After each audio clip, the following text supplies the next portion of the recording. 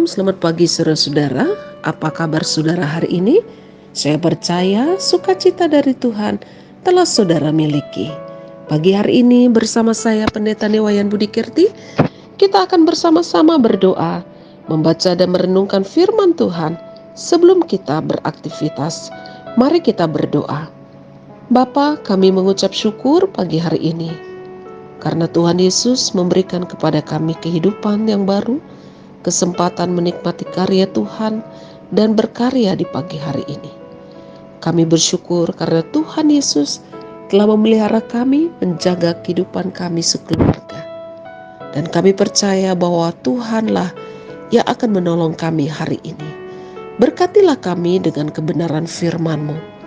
Dan di dalam nama Tuhan Yesus Kristus, kami berdoa dan mengucap syukur. Amin. Saudara-saudara, pembacaan firman Tuhan pagi hari ini terambil dari surat 2 Korintus pasal 3 ayat yang kedua. Mari kita membaca bersama-sama. Kamu adalah surat pujian kami yang tertulis dalam hati kami, dan yang dikenal dan yang dapat dibaca oleh semua orang. Saudara-saudaraku yang dikasihi oleh Tuhan, judul renungan kita pagi hari ini, simbol Kristen. Saudaraku, salib adalah salah satu simbol Kristen. Ketika kita mengenakan leontin salib atau giwang salib, otomatis orang akan yakin kita ini adalah orang Kristen. Atau ketika di rumah kita, di kendaraan kita, atau di ruang kerja kita, kita menempatkan atau meletakkan salib, maka orang juga akan yakin kita ini adalah orang Kristen. Saudaraku yang dikasihi oleh Tuhan, sekalipun demikian, tidak semua orang memahami dengan benar arti simbol-simbol itu. Makanya saudara-saudara, tidak jarang ada orang yang mengenakan simbol salib, tapi kehidupannya tidak sesuai atau bertolak belakang dari apa yang dia kenakan.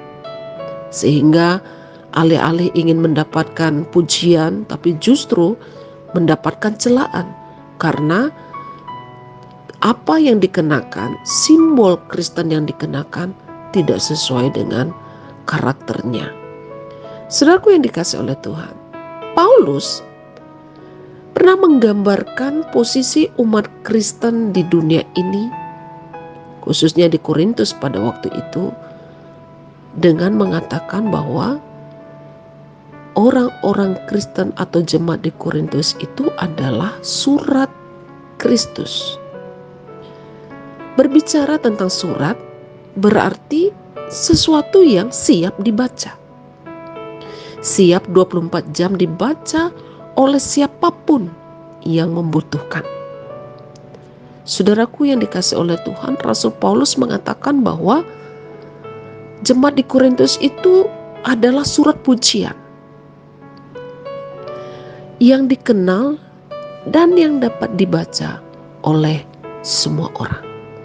Jika kita belajar kondisi jemaat di Korintus pada waktu itu, jemaat di Korintus cukup memiliki reputasi yang kurang bagus. Cacat secara moral, kasus-kasus moral dengan mudah ditemukan dalam jemaat Korintus. Oleh sebab itu, saudara-saudara, dengan tegas Rasul Paulus mengingatkan bahwa mereka itu adalah surat Kristus.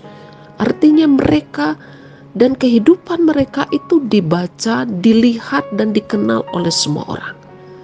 Rasul Paulus ingin supaya jemaat di Korintus menjadi berkat, hidup seturut dengan kehendak Tuhan dan seturut dengan predikat mereka sebagai orang-orang Kristen. Saudaraku yang dikasihi oleh Tuhan, menjalani hidup kita yang singkat ini, kiranya kita jangan hanya bangga dengan simbol-simbol Kristiani yang kita kenakan.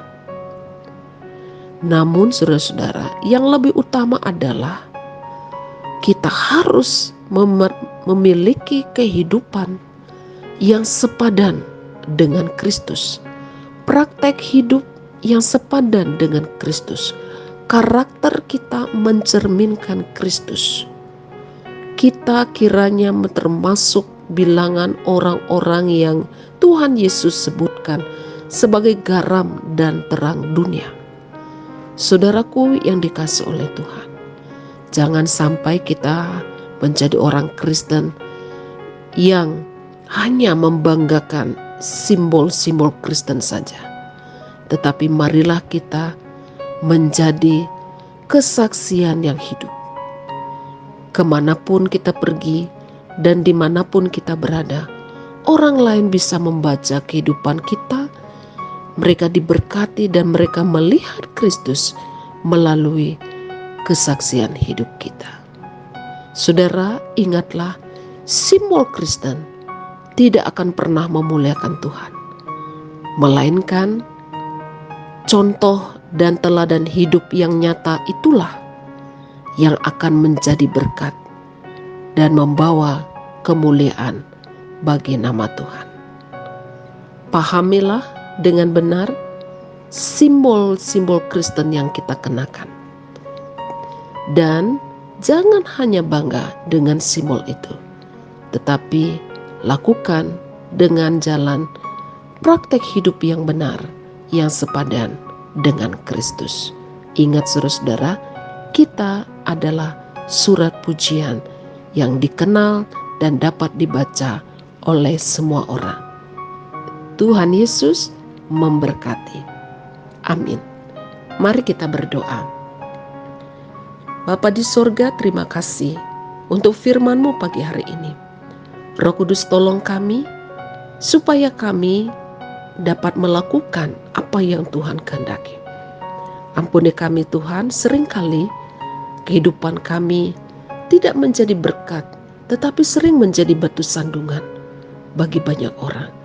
Seringkali orang tidak tertarik kepada Tuhan karena kesaksian hidup kami. Hari ini kami bersyukur untuk firman-Mu yang telah menegur dan mengingatkan kami. Terima kasih Bapa. Pagi hari ini hamba berdoa menyerahkan seluruh kehidupan jemaat Tuhan, Jemaat GKO Sola Fide Sentani, dan juga kehidupan saudara-saudara kami yang sudah dengan setia mendengarkan renungan setiap pagi. Tuhan Yesus kiranya akan menolong kami hari ini, memberkati kehidupan kami, anak-anak kami, cucu-cucu kami, dan juga usaha dan kerja kami, pelayanan kami. Tuhan Yesus kiranya akan memberkati. Yang sakit Tuhan sembuhkan, yang berduka kiranya Tuhan hiburkan, yang lemah iman Tuhan kuatkan, yang sedang bersyukur atas anugerah Tuhan, bahkan yang berulang tahun hari ini, Tuhan akan memperlengkapi sukacita mereka dengan panjang umur, damai sejahtera, dan sukacita. Terpujilah nama-Mu Tuhan, di dalam nama Yesus Kristus kami berdoa, menyerahkan hidup kami hari ini ke dalam tangan Tuhan. Amin. Saudara-saudara, selamat beraktivitas, tetaplah semangat dan percayalah Tuhan Yesus beserta dengan kita. Jika saudara diberkati oleh firman Tuhan ini, bagikanlah kepada keluarga, saudara, sahabat, dan juga teman. Tuhan Yesus memberkati.